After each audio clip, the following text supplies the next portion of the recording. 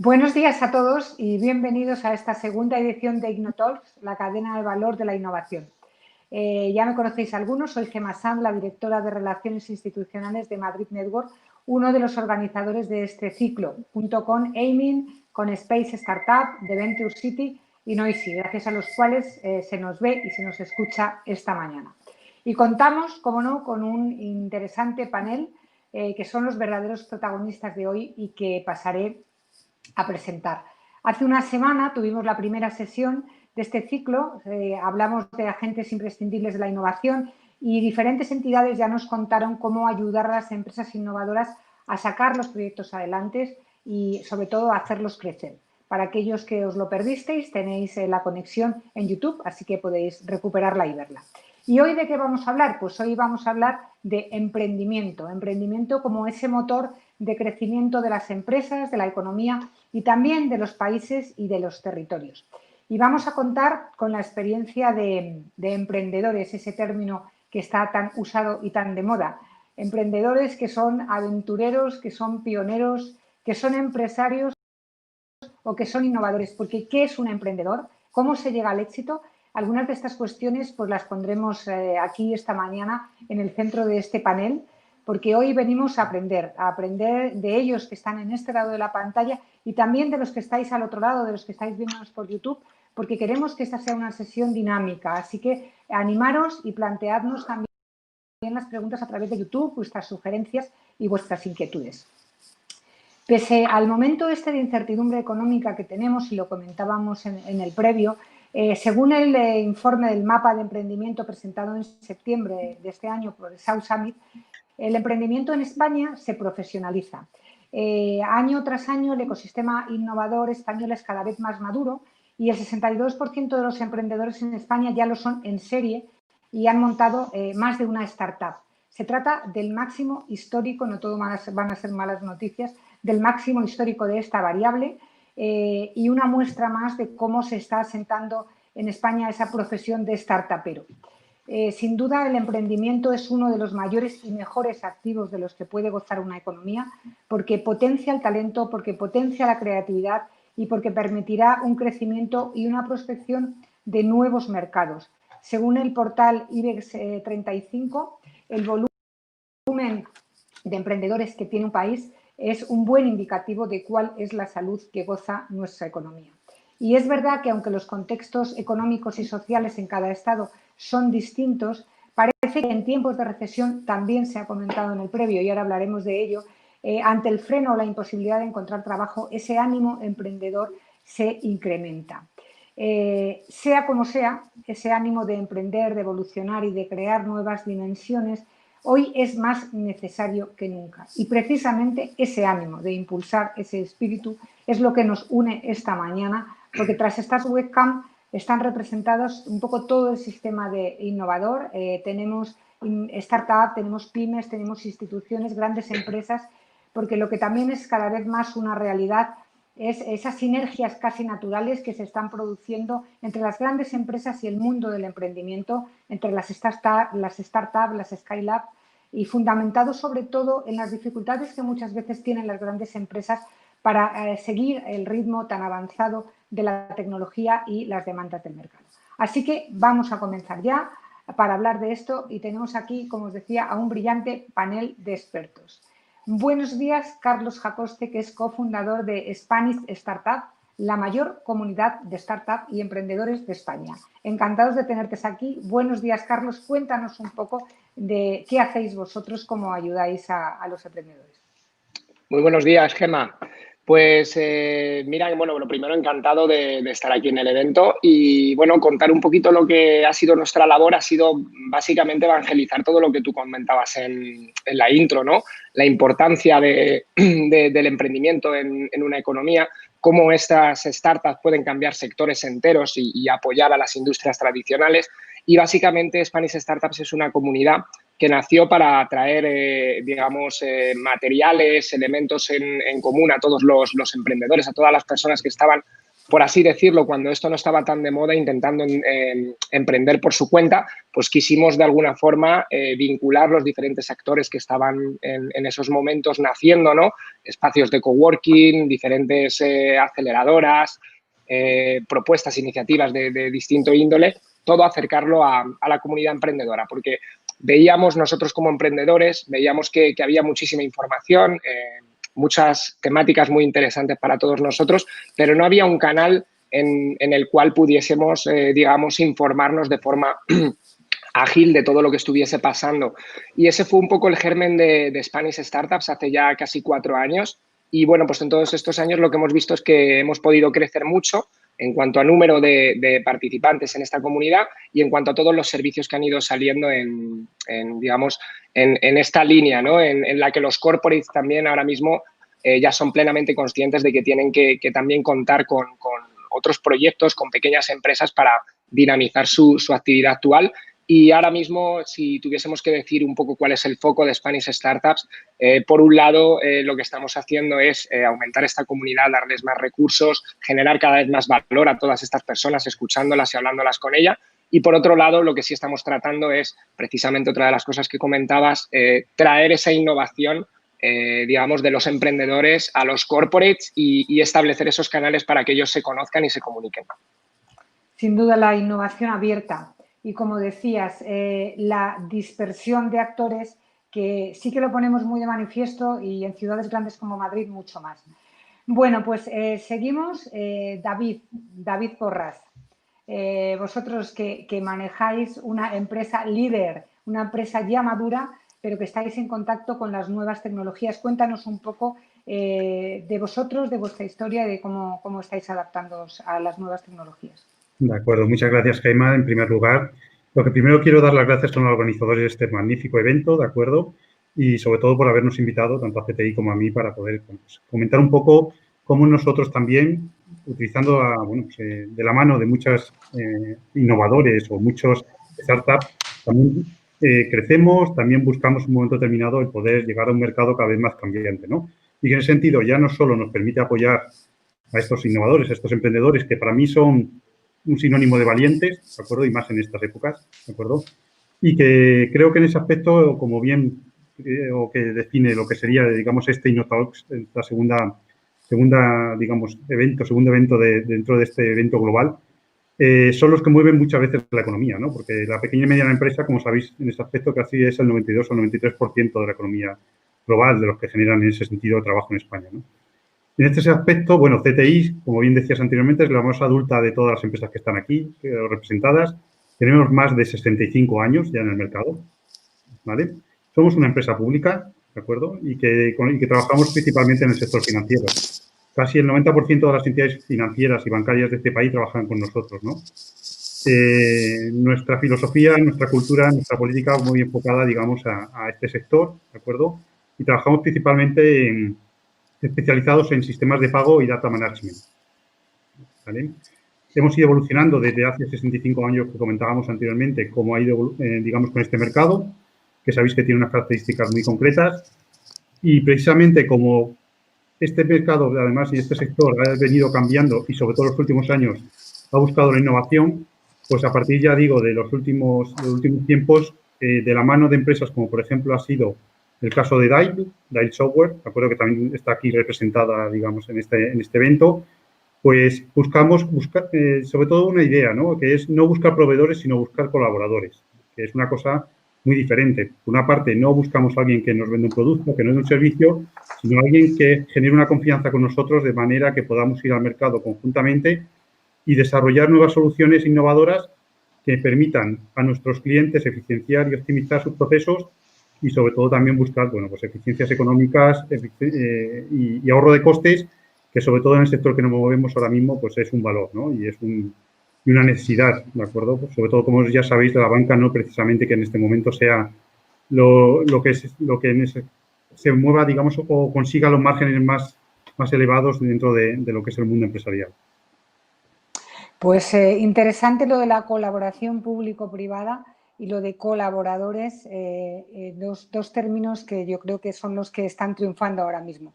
Y por alusiones, Jorge Cardeñosa, Dale, esa empresa y la inteligencia artificial, el lenguaje de las máquinas que colabora con una gran empresa, además pública. Contadnos, porque la verdad es que este es un caso de éxito para recalcar. Contadnos un poco qué hacéis y un poco cómo ha surgido también esta colaboración. Gracias, Gemma. Bueno, me uno al agradecimiento de David por invitarnos a este evento. Y bueno, nosotros somos una empresa pequeña que nace desde el seno de la universidad, de lo que es la investigación en la universidad durante años. Se decide dar el paso a crear una empresa para dar ese servicio que se puede dar con estas tecnologías que tenemos nosotros, dar ese servicio en el mercado, ¿no? ¿Qué tipo de tecnologías son las que trabajamos nosotros y cuál es el foco que tenemos en el mercado? Como te has dicho, la inteligencia artificial, de manera más concreta, el procesamiento del lenguaje natural y, al final, esto, ayudar a las empresas a innovar en todo lo que son los procesos de tratamiento de información. Tratamiento de información que se puede ver desde diferentes puntos de vista y por eso tenemos un portfolio en el que hay diferentes soluciones que van desde un agente conversacional para que atienda automáticamente a un cliente a resolver dudas, por ejemplo, o un sistema que sea capaz de tratar automáticamente información, como extraer datos de documentación, como puede ser documentación legal, como escrituras, como notas simples, desde el mismo boletín oficial del Estado. Es decir, al final es automatizar todos los procesos que estén relacionados con ese tratamiento de datos que a día de hoy son trabajos que se realizan de manera manual o se realizan de manera automática, pero con unas tecnologías que no tienen una capacidad suficiente para ser precisas y ser realmente útiles para entrar en esos procesos de las empresas y que ayude a las empresas a innovar de verdad. Extraer datos, los datos dicen el petróleo del futuro y aportar conocimiento. Pues nada, encantado, Jorge, y pasamos a Eduardo Ortiz. Esa gestión de los gastos corporativos que suele ser una pesadilla. Ya estuvisteis en otra edición que tuvimos, eso de una foto, un ticket y listo, porque es tremendo cuando tenemos que hacer esa gestión de cuentas corporativas. Cuéntanos un poco Fuel, cómo nace y qué hacéis. Pues mira, básicamente Fuel lo que es una tarjeta corporativa, ¿vale? Para empresas y, como bien dices, soluciona dos problemas, ¿no? Básicamente lo que hemos querido hacer es reinventar las tarjetas, ¿no? Entonces, pues soluciona este problema que comentaba de la gestión de gastos, que como todos bien sabemos es un proceso súper tedioso que consume un montón de tiempo, de motivación y de esfuerzo. Y luego, por otro lado, con la misma tarjeta puedes gestionar también la parte de retribución flexible, para que básicamente, como sabéis, hay ayudas fiscales en España permiten que los empleados se puedan ahorrar un sueldo medio en torno a 2.000 euros al año en IRPF gracias a estas ayudas de retribución flexible, que básicamente es que con la misma tarjeta de Fuel puedes pagar en restaurantes y esto se te mete en una sección en la app donde puedes ir viendo en tiempo real el ahorro que estás teniendo, ¿no? O sea, al final es gestión de gastos simplificada y automatizada y retribución flexible muy sencilla, que en cualquier sitio puedes consumir a tu gusto y en la manera que quieras, ¿no? Muy, muy adaptado a lo que realmente ese empleado necesita. Nuestra misión con Fuel es eliminar todos esos trabajos mecánicos que no generan realmente valor y que realmente podrían ser automatizados y eliminados, ¿no? Para que la gente se pueda dedicar a las tareas que realmente importan o las cosas que realmente importan, que puede ser, pues, aprovechar el viernes por la tarde y en lugar de hacer un informe de gasto, hacer otra cosa o irte con tu familia o con tus amigos, ¿no? Lo que sea importante para ti ahí en la fase de la vida en la que estés, claro está. Sí, efectivamente. Además, pues, solemos aprovechar los viernes ya cuando dices el último hora de la semana, ¿no? Pues muy interesante, tanto por tiempo como por luego esa retribución de costes que puede haber. Pues nos falta Chema, que estaba en otra sesión, pero que se incorpora rápidamente, que es el hombre de la comunicación, ese altavoz de comunicación. Y tenemos que disculpar también a Pablo de Tribu, que ha tenido pues un imprevisto de última hora y no puede estar aquí, pero que nos acompañará en otra sesión seguro. Así que pido disculpas en nombre de los dos y ahora cuando entre Chema le incorporamos. Pues Carlos, vamos un poco a entrar en arena. Como persona de contacto que tienes directo con el mundo del emprendimiento a través de Spanish Startup, los emprendedores en España, ¿cómo son los emprendedores en España? ¿Has detectado que aquellos que sacan sus proyectos tienen algo en común? a mí también me gustaría un poco eso de los innovadores son emprendedores y un poco si son lo que decíamos, la base del emprendimiento. Un poco resúmenos todo esto. Bueno, yo creo que al final esto se ha comentado muchas veces, que cuál es el denominador común que tienen los emprendedores. Yo solo me quedo con uno y al final es la constancia y la resiliencia. Creo que hay gente que podría ser muy buen emprendedor, pero que al final no tiene esa característica y por ello no llega. Podría ser el mismo ejemplo a lo mejor con una persona que vaya a opositar. No todo el mundo vale para opositar. ¿Todo el mundo haría un buen trabajo en ese rol o en esa función? Pues probablemente mucha gente de los que no se pueden sacar esa oposición. Sí, por tanto, el emprender tiene un componente de esfuerzo, un componente de resiliencia, un componente de estar también un poco loco y de recibir muchos noes hasta que llega el sí de verdad. Entonces, hay que tener, yo creo, una constancia que muchas veces, aunque muchas personas podrían ser buenísimos emprendedores, lo que quieren es hacer nacer un proyecto, por así decirlo, no es lo mismo que unirse a un proyecto ya con cierto rodaje, porque al final hay muchos emprendedores que entran en otras fases, que no es en la fase, digamos, de creación del proyecto y que son muy buenos en esa fase, pero para llevar un proyecto de una idea a una realidad con un modelo de negocio testado y todo lo que tiene que pasar hasta ese momento, yo creo que la principal característica que tienen todos no es que ni sea uno más listo ni que tenga unas habilidades y tal, es la resiliencia y el estar dispuesto a arriesgar ese tiempo de tu vida en una idea que puede no salir. ¿Un emprendedor tiene que ser empresario? ¿Tiene que ser innovador? Luego me gustaría que esta pregunta un poco, porque estamos ahí, lo decía al principio, ¿es innovador un emprendedor? ¿Tiene que serlo? Es una característica muy buena a tener. Yo creo que las startups sí que tienen que ser innovadoras, no tanto el emprendedor. Dentro de una startup al final hay muchos emprendedores, hay diferentes perfiles, al final es como una familia. Alguien es el que empuja, otro es el que trae a lo mejor más ideas y las tiene que validar, otra persona se encarga de validar la parte comercial, que es una de las principales hipótesis, pues siempre creemos que ese producto se va a vender muy bien, pero lo que hay que hacer es salir a vender cuanto antes y demás. Entonces yo creo que hay diferentes perfiles y se necesita, una de las cosas que yo creo que se necesita es acompañamiento en el emprender. Yo recuerdo la primera vez que yo empecé a emprender, allá por 2012, pues bueno, pues de no tener un círculo de gente que está emprendiendo, de no conocer, por así decirlo, otras personas, otros casos, sino lanzarme a la piscina un poco de forma, pues eso, automática e inconsciente, se cometen muchísimos errores que te puedes ahorrar si poco a poco te vas rodeando de gente que ya ha pasado esas fases, ¿no? Entonces, al final, nadie va a inventar la rueda. Dicen que hay 5 puntos principales en lo que es una startup, que sería la idea.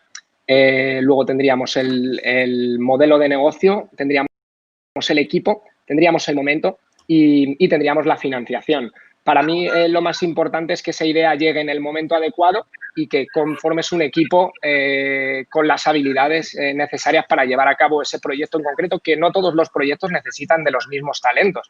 Eso sí, el denominador común, si no hay nadie en el equipo con mucha resiliencia, alguien que esté suficientemente loco para que muchas cosas que vas contando y vas a un sitio y te digan no, y no, y no, y no, hasta que consigues ese sí, ahí es cuando no sucede.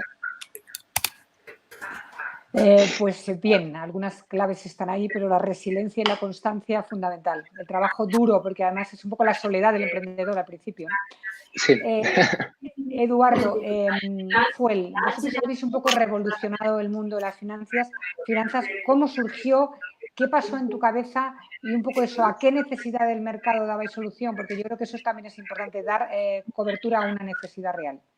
También se lo decías. Yo soy el cofundador de Fuel, la realidad es que yo soy solo el becario, es el equipazo de Fuel el que se encarga de pensar todas estas cosas.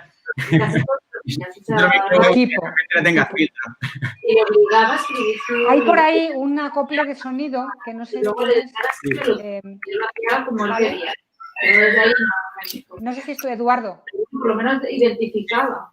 No, bueno, básicamente, ahora hablando en serio, yo sí que creo que quizás no hay que fomentar esa concepción de que las startups aparecen en un momento de inspiración, en una especie de momento de genialidad, y que si no te llega ese momento mágico en el que se te ocurre una idea, pues como que no puedes montar una empresa.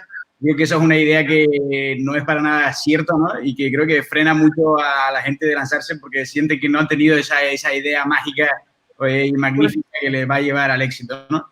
Sí, yo creo que la realidad es que, y el secreto que quizás saben los emprendedores más rodados, que los activos no tanto, es que, que montar una empresa realmente no es difícil, montar una startup realmente no es difícil.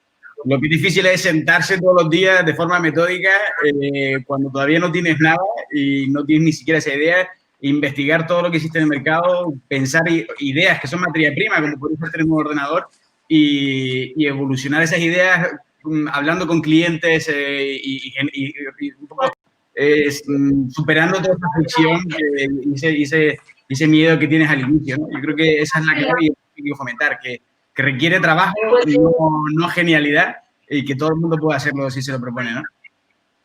Claro que sí, no es una inspiración divina. Bueno, oye, gracias. Ya tenemos aquí a Chema, ya se nos ha incorporado Social News, ese altavoz de la innovación. Así que Chema, ese marketing digital necesario.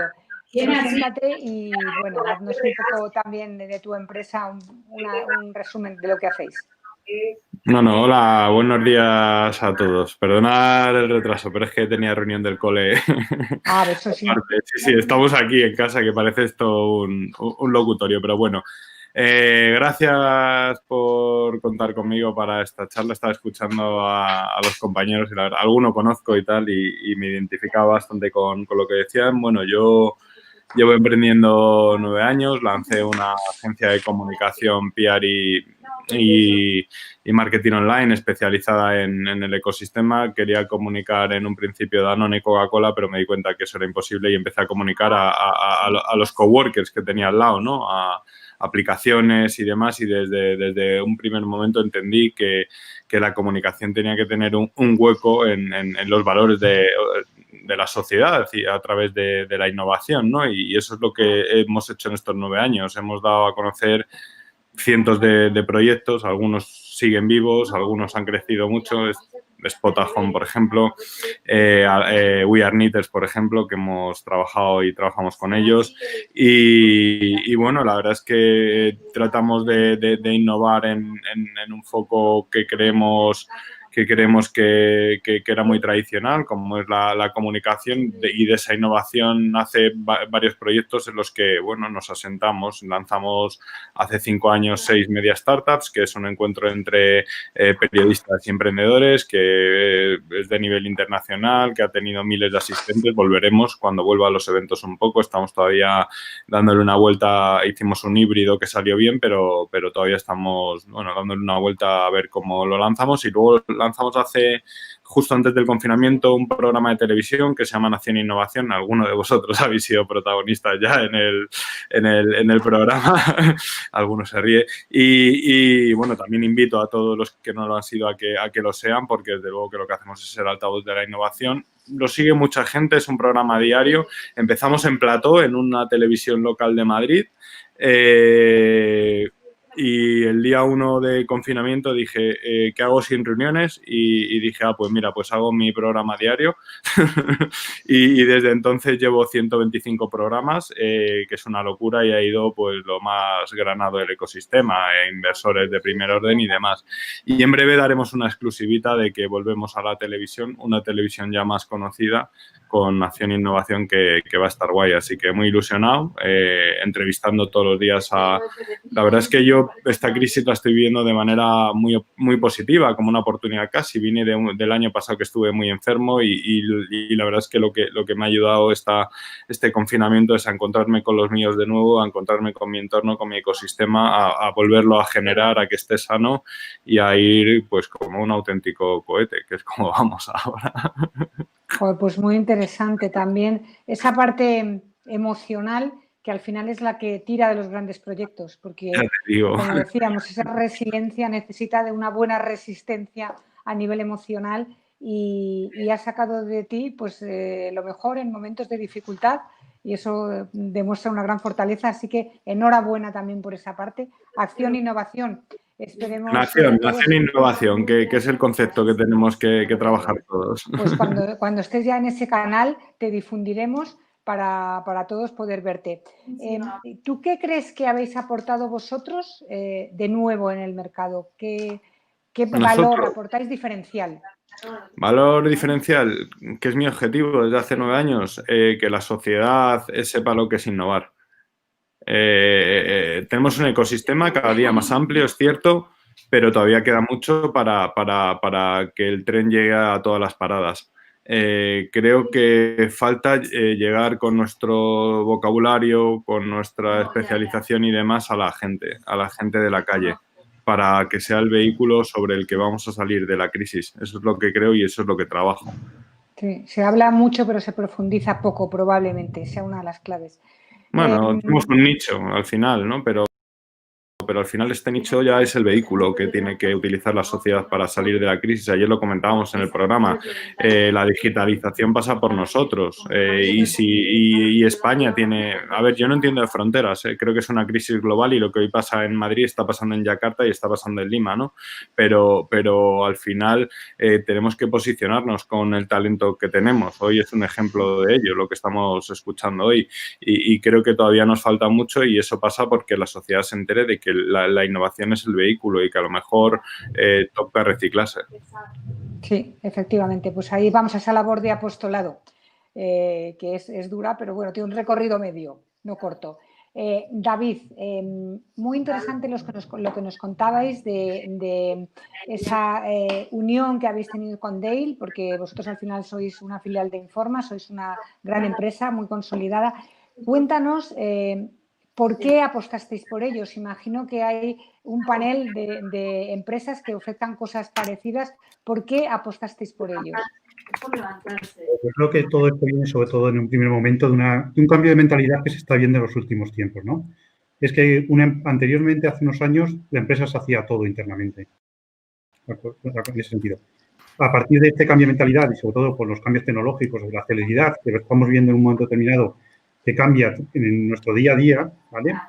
Los avances, la tecnología, la digitalización, como el tema y demás, la necesidad de un momento determinado de estar al día no pueden hacer únicamente internamente. Y a partir de esa idea necesitamos buscar pues, un compañero de viaje, ¿de acuerdo? Y que con seguridad hay gente más especializada que nosotros, ¿de acuerdo? Que nos puede facilitar el poder avanzar y dar ese salto cualitativo, ¿no? De lo que sería, digamos, el cambio tecnológico, la digitalización y demás. A partir de esa idea, bueno, pues buscamos colaboradores, ¿vale? Buscábamos algo concreto y buscábamos sobre todo algo que realmente nos complementara nuestro negocio, ¿no? El core de nuestro negocio debe principalmente en ese sentido en seguir trabajando con nuestro sector, no salirnos de ahí en este aspecto y enfocarnos hacia otras vías que no tengan que ver con lo que venimos haciendo, pero sí tiene que venir dado en un momento determinado esta innovación, este cambio hacia la búsqueda de eficiencias operativas, hacia la búsqueda en ese sentido de valores añadidos, que nos permite en un momento determinado dar a nuestros clientes actuales un mejor, digamos, un mejor entorno de trabajo y también que permita abrir nuevos mercados. A partir de ese día buscamos al mejor, al que para nosotros sea el mejor, ¿de acuerdo? Aparece Dale, en este sentido, como bien decías, Gemma, hemos estado buscando en el mercado distintas posibilidades. Vimos Dale, una empresa, como bien decía anteriormente, en ese sentido, el representante de Dale, Jorge, una empresa joven, una empresa con alto valor y conocimiento y que creíamos que en ese sentido nos generaba una confianza hacia el mercado y sobre todo el ejemplo que tú comentabas ahora mismo, es una empresa consolidada, con lo cual tampoco podemos llegar y decir vamos a fallar a nuestros clientes, ¿no? Buscamos un colaborador y sobre todo lo que anteriormente comentaba, alguien con el que podamos generar una confianza tal que prácticamente sea una parte más o un brazo más de CTI. A partir de ahí empezamos a trabajar, empezamos a generar servicios, a generar oportunidades, tenemos reuniones colaborativas conjuntas de forma que en ese aspecto podamos ver dónde enfocar las soluciones suyas y dónde enfocar las soluciones nuestras y la verdad es que en ese aspecto estamos generando un portfolio de soluciones que creemos que en el corto o medio plazo va a ser, vamos, ya no solo ventajosos para nosotros, sino ventajosos para el mercado, ¿no? Muy interesante lo que decía, lo que sea un brazo más, porque muchas empresas se lo plantearán consolidadas, que no pueden fallar a sus clientes pues, y al final un producto innovador pues no deja de tener un cierto riesgo. Así que interesante también esa reflexión. Y Jorge, desde tu parte, ¿no? Desde la parte de startup, cuéntanos también un poco vuestra diferencia, cómo os diferenciáis en el mercado y cómo os beneficia esta colaboración que creemos todos que es necesaria para dinamizar un poco todo lo que es las startups. Cuéntanos un poco de esta experiencia, de qué hueco cubrís, de por qué creéis vosotros que os eligieron CTI, cuál es vuestra diferenciación. Bueno, nosotros, como te he dicho antes, nos dedicamos al procesamiento del lenguaje natural, ¿no? Lo que es automatizar cualquier proceso que conlleve un tratamiento de la información, ¿no? Y nosotros consideramos que el valor diferencial que aportamos en este sentido es que tenemos un portfolio de tecnologías propias que se ha desarrollado durante años, desde la universidad, y a día de hoy hemos conseguido que esas tecnologías sirvan para cubrir esas necesidades en el mercado, ¿no?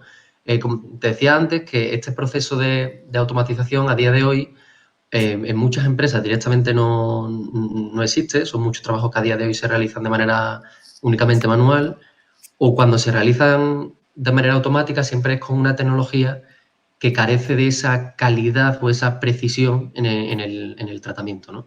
Y ahí es donde nosotros podemos aportar mucho valor. Sobre todo en la lengua española, que normalmente todo este tipo de tecnologías están desarrolladas o pensadas para la lengua inglesa, que está mucho más cubierta. Nosotros podemos trabajar con ambas, pero el valor diferencial más grande que poseemos es para la lengua española, que está mucho más abandonada en ese sentido, ¿no? Y a nosotros nos pasa una cosa que yo creo que es algo muy habitual, y es que cuando sales al mercado por primera vez, pues vas un poco a pecho descubierto y a lo bestia, ¿no? Y nosotros principalmente las soluciones que damos son para trabajar con grandes empresas, que son las que tienen un gran volumen de tratamiento de información, ¿no? Y claro, cuando eres una empresa pequeñita, desconocida, y vas a ver a esas grandes empresas, pues te encuentras con muchas dificultades, y es normal, ¿no? Y aún así hemos conseguido ciertos casos de éxito con algunas grandes empresas, pero cuesta, ¿no? Entonces ahí nos dimos cuenta de que la distancia que había entre una empresa pequeña como nosotros y esas grandes empresas era muy grande, y no sabíamos por qué, ¿no? Y bueno, a raíz de seguir en el mercado y seguir aprendiendo, conocimos a una empresa como CTI y nos dimos cuenta de que para nosotros es un canal muy beneficioso, porque nosotros vemos a ellos como ese puente entre esas pequeñas empresas innovadoras que ellos pueden conocer y con las que quieren colaborar, y esas grandes empresas a las que ellos conocen y son una marca respetada en el mercado y que trabaja con muchos clientes y poseen esa fiabilidad, ¿no? Y al final lo que hacen es acercar esos dos mundos, digamos, ¿no? Que es la parte puramente innovadora y el mercado, ¿no? Entonces yo creo que para empresas como nosotros, que existan entidades como CTI es muy importante, porque al final te acerca a ese cliente objetivo, ¿no? Que es que al final el objetivo es poder dar ese servicio, pero muchas veces, como te digo, la distancia que hay entre esa innovación y ese mercado a veces es muy grande, ¿no? Y con CTI pues conseguimos acortar esa distancia mucho. Y ahora le voy a dar la palabra a Carlos, porque a ver cómo ayudan ahí, pero en ese pasillo largo que decías, Jorge, que había, ¿tú cómo recorres ese pasillo? ¿Vas llamando a cada puerta? ¿Te has ayudado un poco de alguien que haya hecho esta labor? Que luego Carlos nos dirá un poco esta ruta. Pero ¿cómo llegasteis vosotros a CTI? ¿Llamando a la puerta y diciendo somos estupendos y aquí estamos?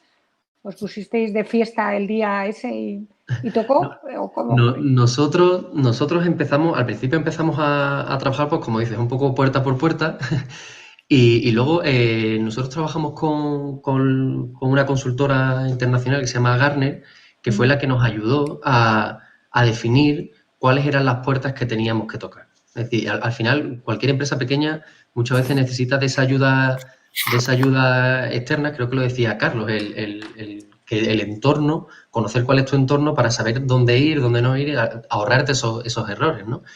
Y nosotros, fue a través de estos consejos donde descubrimos que había empresas como CTI, que son esas empresas que están cerca de los clientes, pero no tienes que ir directamente al cliente, porque el cliente muchas veces pues es difícil que un gran cliente te reciba y y acepte, porque al final todo esto que estamos hablando de innovación es llamar a la puerta y decirle a alguien, oye, tienes que cambiar tu manera de trabajar. Y eso, no dicho por una empresa pequeña, pues muchas veces es complejo, ¿no? Entonces, de ahí conocimos que existían estas empresas, ¿no? Como CTI, y entonces ya redirigimos el foco a hablar con ellos. Y con CTI tuvimos la suerte de que es una empresa que están muy abiertos a trabajar con este tipo de ideas innovadoras y las reciben de buena mano y están encantados de hacerlo, que muchas veces también es difícil que grandes empresas, como decía antes David, se arriesguen a innovar, ¿no? Pues, Carlos, esa ruta, ese pasillo largo, ¿cómo hacéis vosotros de Spanish Startup? Que sabemos que lo hacéis. Ponnos también algún ejemplo, algún caso de éxito, un poco que uno llega, yo soy una startup, llego allí, hola, hola, Carlos, ¿qué tal? Encantada. Pues mira, tengo una idea maravillosa, pero no sé qué hacer con ella. Pues según estaba comentando Jorge, se me han ido ocurriendo básicamente un pequeño esquema. Creo que al final son cuatro actores los que están en esta ecuación, ¿no? Por un lado tendremos las startups, por otro lado tenemos los corporates y luego en medio están los intermediadores, que puede ser una aceleradora, puede ser un organismo como CTI, puede ser nuestra comunidad. Es un facilitador, es alguien que está entre medias de la startup y el corporate. Y por último tenemos a los emprendedores, ¿vale? Ese sería, digamos, el diamante con esos cuatro agentes. ¿Qué es lo que yo creo que sucede? Creo que ahora mismo aquí en España, no puedo hablar de otros mercados porque verdaderamente lo desconozco, pero un poco en la experiencia que tenemos nosotros, y ahora voy a poner un par de ejemplos concretos, creo que es el corporate el que normalmente puede establecer un buen canal para que le lleguen todas estas startups y para que los intermediadores les hagan una buena labor. Sí que es verdad que la labor de estos intermediadores está facilitando que no sea la iniciativa, que no sea la proactividad del corporate, que muchas veces no es todo lo proactivo que nos gustaría, y facilitan o habilitan, digamos, esos espacios de comunicación, esas reuniones entre proyectos para que se conozcan los diferentes equipos técnicos. ¿Qué es lo que está pasando aquí en España? Las startups muchas veces no conocen ni al intermediador ni tienen, digamos, el canal directo para ir a hablar con un corporate o con alguien de responsabilidad en un corporate. Pues a mí, por ejemplo, me ha pasado, yo aparte de haber constituido Spanish Startup, tengo mis startups. En concreto, ahora voy a hablar de una que se llama Disculver, que es en la que estamos principalmente centrados y que es buen ejemplo de esto que comentábamos, ¿no? Nosotros en Disculver llevamos trabajando, bueno, Disculver es un recomendador de cosas chulas en la ciudad.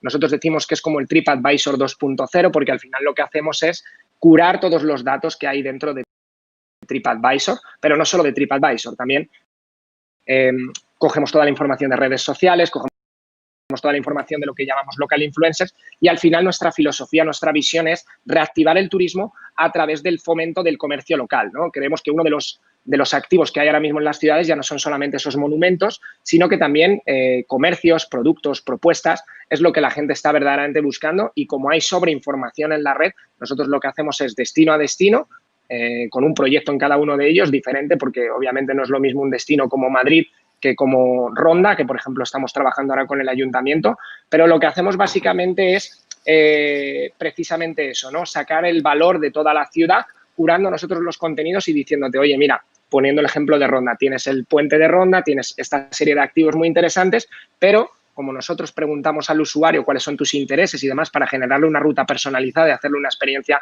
lo más a medida posible, entre monumento y monumento o entre punto turístico importante, lo que hacemos es también derivarle y que conozca el comercio local, que es interesante y que verdaderamente está construyendo también un poco la identidad de ese determinado lugar. ¿Por qué pongo este ejemplo y saco mi libro? Porque nosotros lo que nos ha pasado ahí es que gracias a un intermediador, que en este caso fue Tourism Hub, una aceleradora de emprendimiento turístico, probablemente la más potente de aquí de España, que están en Málaga, gracias a ellos nosotros conseguimos desatascar, en este caso, por ejemplo, y conseguir un proyecto con el Ayuntamiento de Ronda, que de otra forma hubiese sido muy difícil.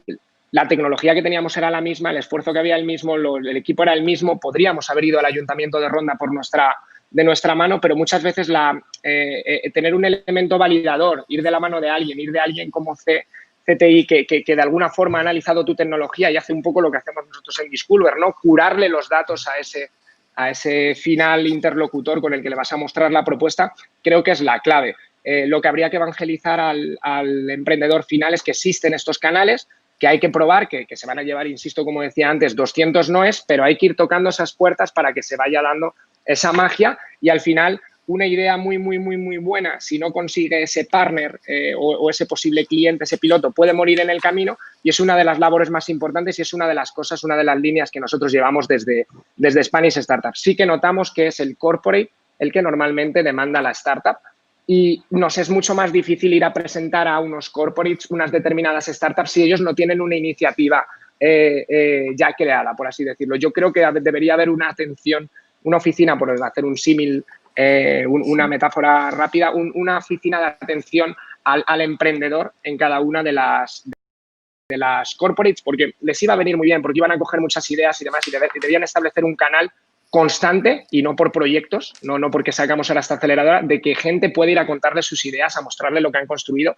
y yo si estuviese en el área de innovación de cualquiera de estas empresas, establecería esa ventanilla para que me viniesen a ver como nos hacen en Spanish Startups, que muchas veces vemos ideas muy buenas, pero que llegar con ese interlocutor es lo difícil. Bien, luego le preguntaré a David cuál es su ventanilla, pero voy con Chema. El marketing está bien, pero una idea se tiene que conocer, ese marketing digital nuevo. ¿Eso está al alcance de todos? ¿Una startup cómo también tiene altavoz de su idea? A través de nuestro programa, es un altavoz gratuito, por supuesto, pero sí, yo creo que al final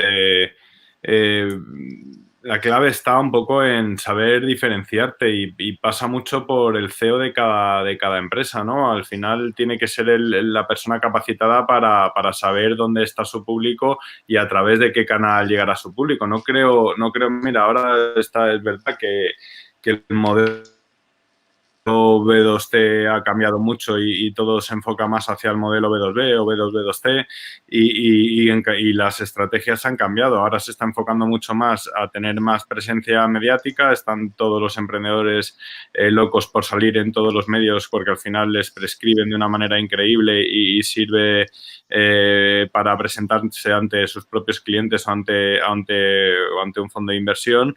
Y a través del marketing online yo creo que también se ha abusado mucho. Yo creo que se han intentado vender tantos productos que al final hay más productos que compradores, ¿no? Y creo que está un poco avasallado el paid media y todo eso.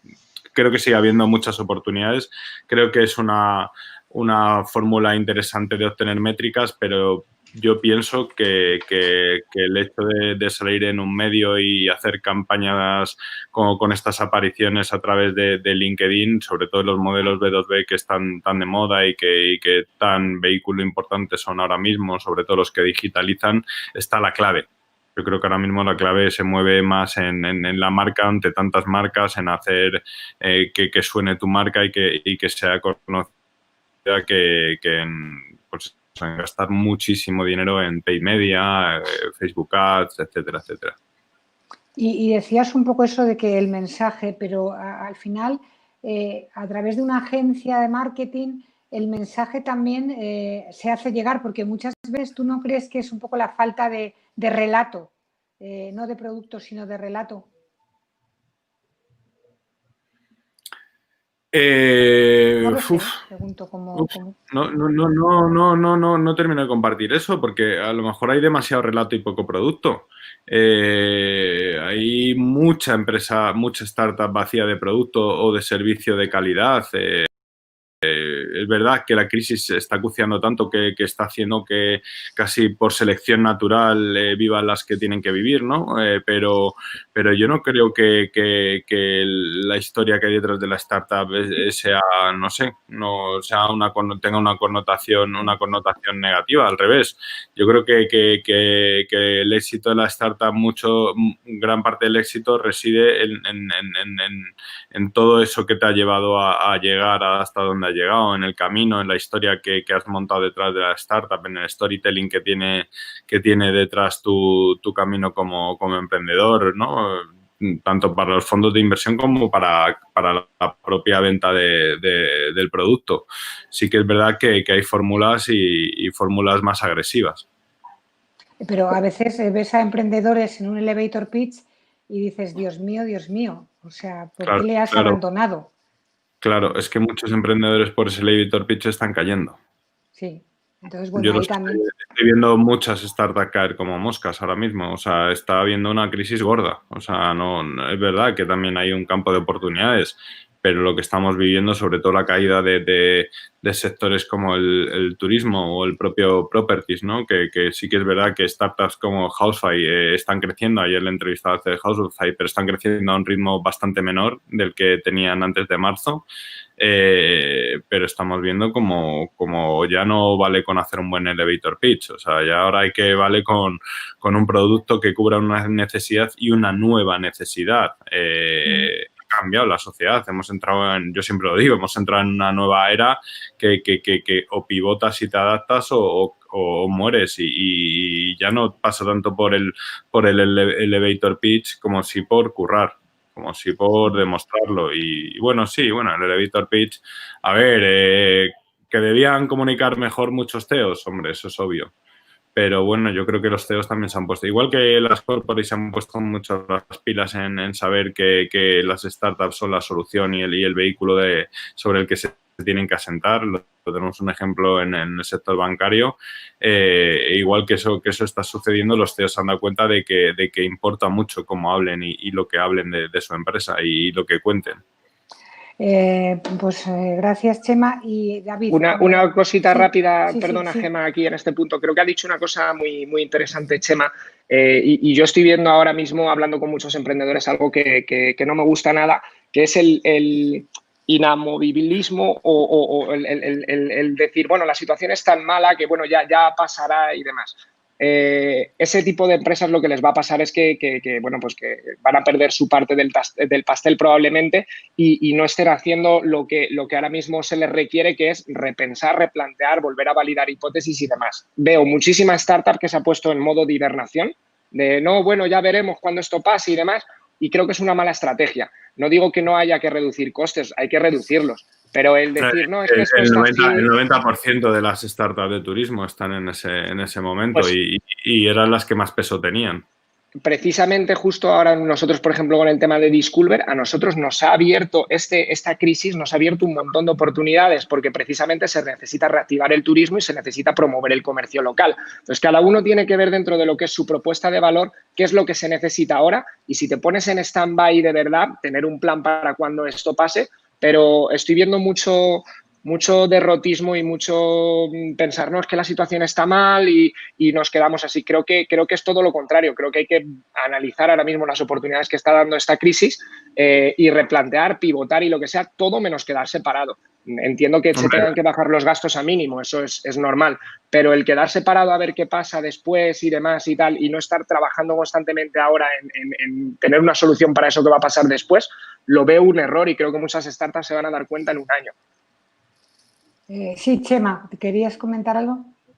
No, el emprendedor es el que tiene esa capacidad ahora de pivotar y de cambiar la realidad y de adaptarse a las nuevas circunstancias y de enseñar el camino a la sociedad y a las corporate y a las pymes que están sufriendo tanto, que están acuciadas por la crisis, ¿no? Y creo que esa capacidad que tenemos los emprendedores, ya sea porque tenemos un equipo más ligerito, más joven, un equipo más versátil, un equipo más que puede pivotar y moverse, creo que es el camino y también muchos lo han entendido. Mira el ejemplo de Fuel, el ejemplo de Fuel es tremendo. O sea, yo cuando les entrevisté dije, hostia, aquí hay chicha y así muchos, ¿eh? Y es verdad pero claro, también es que yo creo que había un globo tremendo de startup y de emprendedores que algunos a lo mejor ni eran startup ni eran emprendedores. Yo quizás he tenido una mala experiencia ahí porque he visto muchas del sector de travel y sí que es verdad que ahí ahora mismo el discurso se está todo parado y demás y yo creo que es un mal discurso.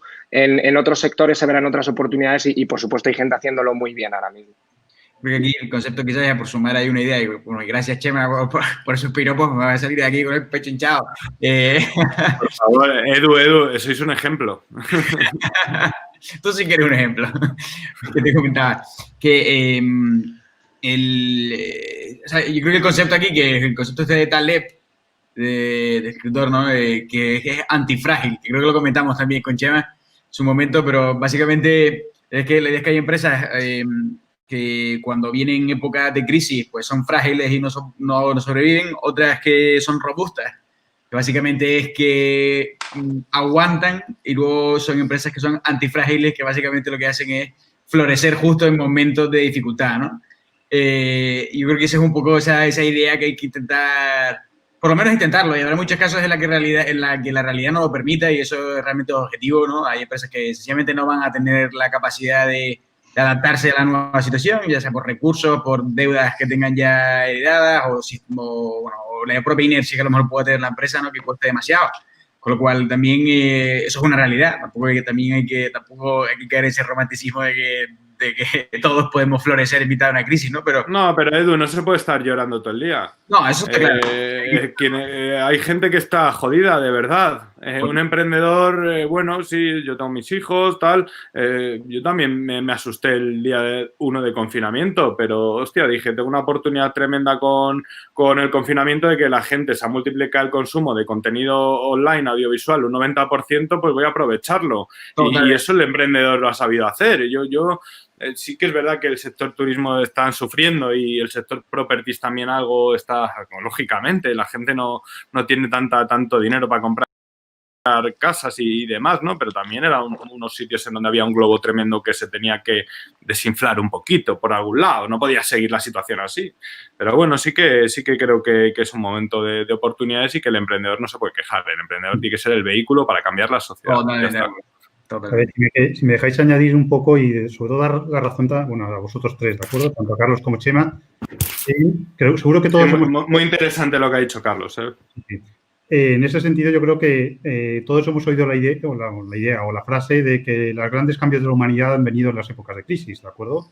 Y que las grandes ideas, digamos, en ese aspecto también nacieron en épocas de crisis, lo cual creo que es un ápice para que los emprendedores, las startups, busquen esa idea, ¿no? Busquen ese avance, busquen esa idea no feliz, ¿de acuerdo? Porque no tiene por qué ser feliz, pero sí que en un momento determinado evolucionen a la búsqueda de, bueno, pues esos nichos de mercado, no se dejen llevar por lo que es la crisis, no se dejen llevar por la situación, sino que en un momento determinado evolucionen de nuevo, ¿de acuerdo? Pero ya digo, ya no solo las startups, a nosotros nos pasa igual.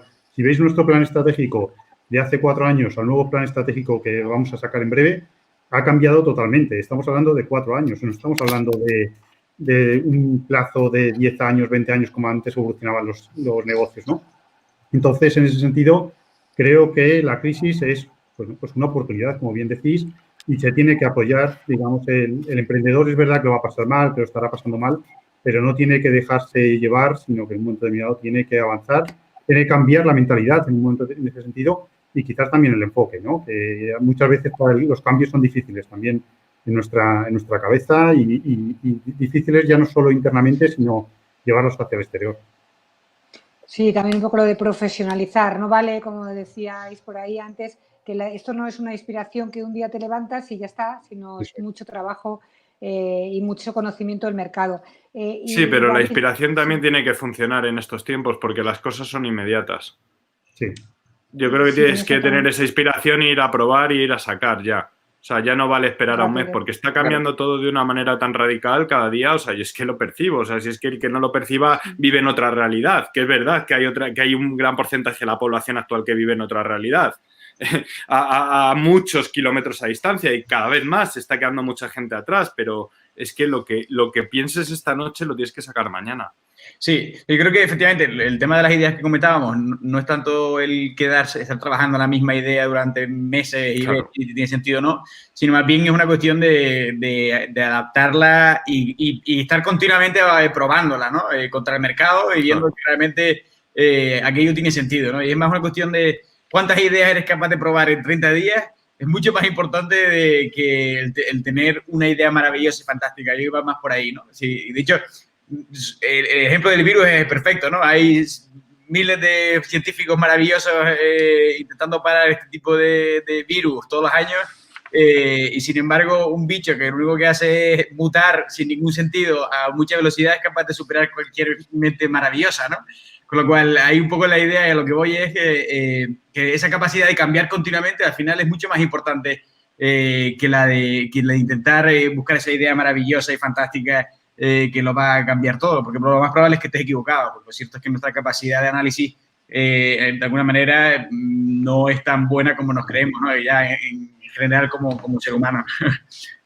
Oye, me queda alucinado con Carlos. ¿Cómo reconstruye un sector que está batido? O sea, es que eso solo cabe en la cabeza de un emprendedor. La cosa al final... Es que...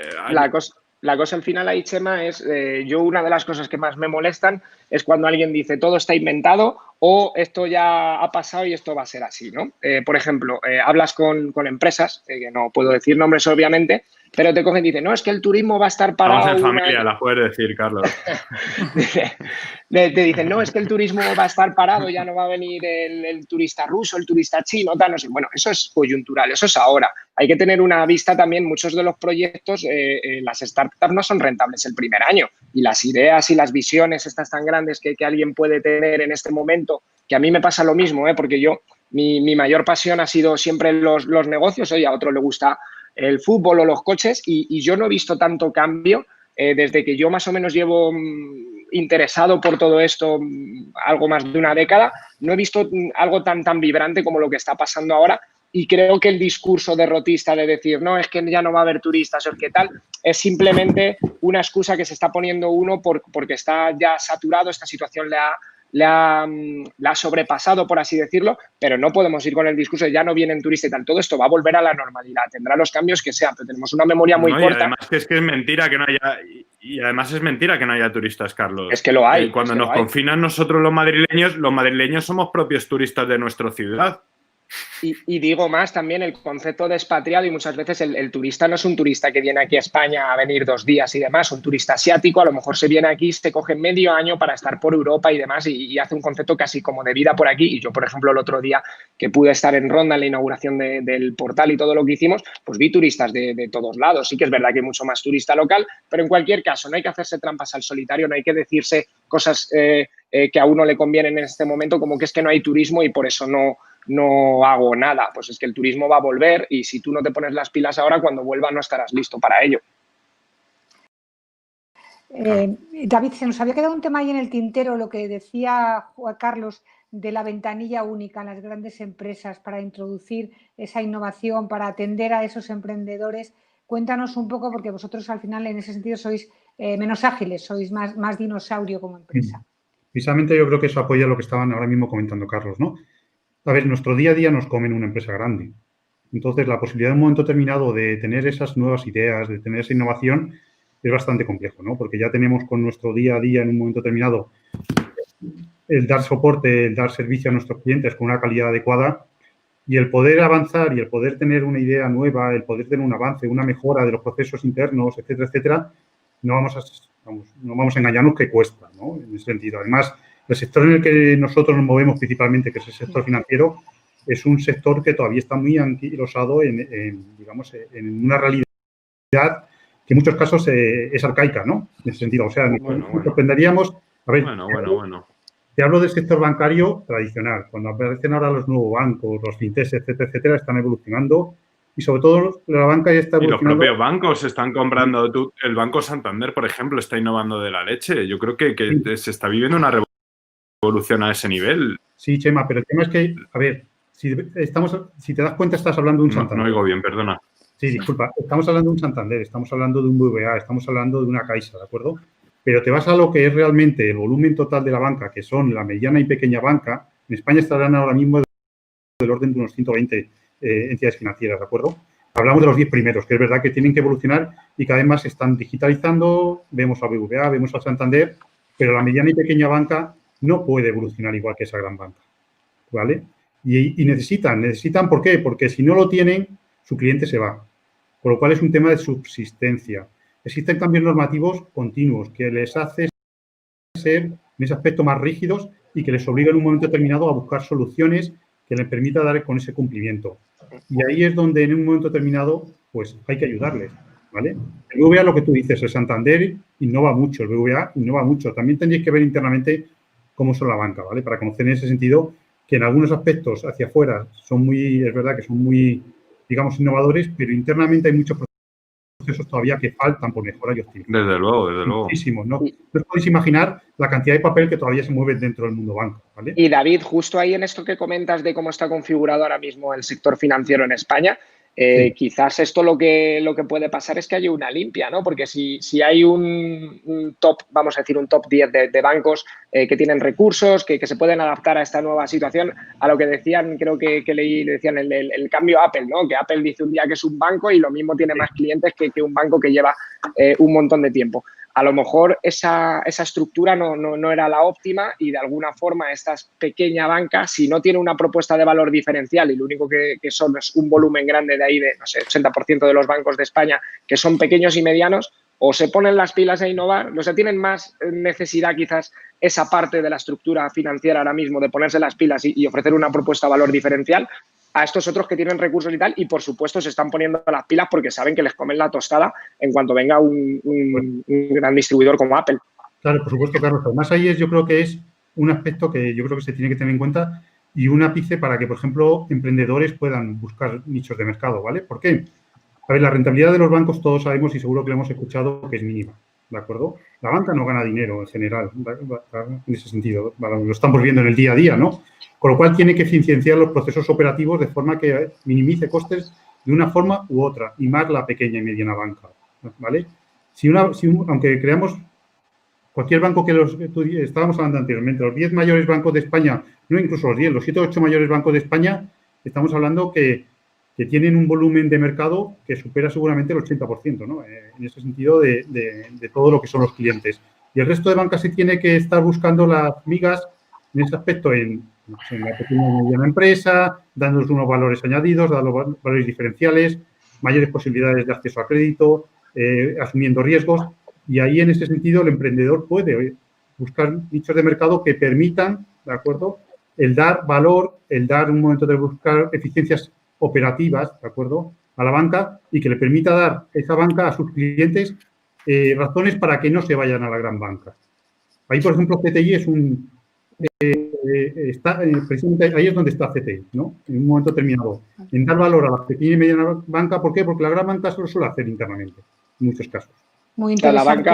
La banca solamente ahí a lo mejor tendría que pues eso, dejar de ser o de ser percibida como un commodity, ¿no? De voy aquí, pido un dinero y tú me das este precio y este otro precio, a otra serie de cosas, y en mi opinión está sobredimensionado. Yo creo que es como querer al final, pues por ejemplo, en el mundo de la música, que hubiesen salido 20 plataformas de música en cada país. Pues no, hay un Spotify que es el que recoge toda esa música de todos lados en la que la gente concentra tal, y yo creo que el sector bancario no tiene tanta capilaridad o no la debería tener, y si no, habría que ver esas razones por las que sí tiene sentido irte a un banco no a otro y no percibirlo como una commodity, pero yo creo que esa estructura de tantísimos bancos a lo mejor no es la que necesita el mundo. Carlos, pues interesantes reflexiones que yo creo que vamos a ir porque ya estamos un poco fuera de tiempo. Hay una pregunta de Carlos Artal, creo que casi todos conocéis a Carlos. Hombre, Carlitos. Dice, pues está ahí detrás escuchando. Dice, no me lo creo. Que no hable. Pues, o sea, esto es como para poneros las pilas, que estaba diciendo ahora Carlos. Dice, sed creativos. Visto el panelazo, ¿qué oportunidades va a crear la crisis del COVID-19? Así que, uno por uno, empezamos. David, por ejemplo. El primero, para que no me dejes pensar. El primero.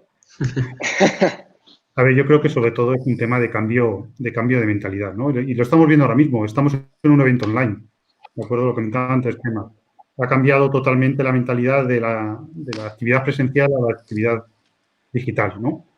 O online. Y creo que tenemos que cambiar esta mentalidad, y ya no solo a nivel de comunicación directa, etcétera, sino a nivel de cualquier tipología de negocio. Lo que te comentaba anteriormente, nuestro plan de negocio, por ejemplo, de CTI, que somos, como comentabas, una empresa considerada, digamos, dentro del mundo empresarial como grande, ¿de acuerdo? Ya no te hablo de todo lo que es el grupo CEST y el grupo Informa y demás, ha cambiado totalmente. Ya nuestro contacto con los clientes tiene que ir más enfocado a un mundo online, y todo nuestro negocio va más en búsqueda, digamos, de perfeccionar, digamos, el mundo de la digitalización, el mundo del automatismo, más que en un mundo determinado al mundo de lo físico.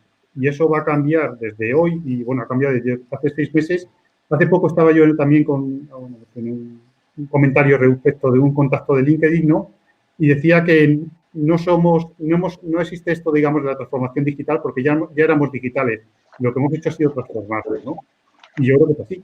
Hemos evolucionado en 6 meses lo que se esperaba en 10 años. Y eso tiene que crecer igual.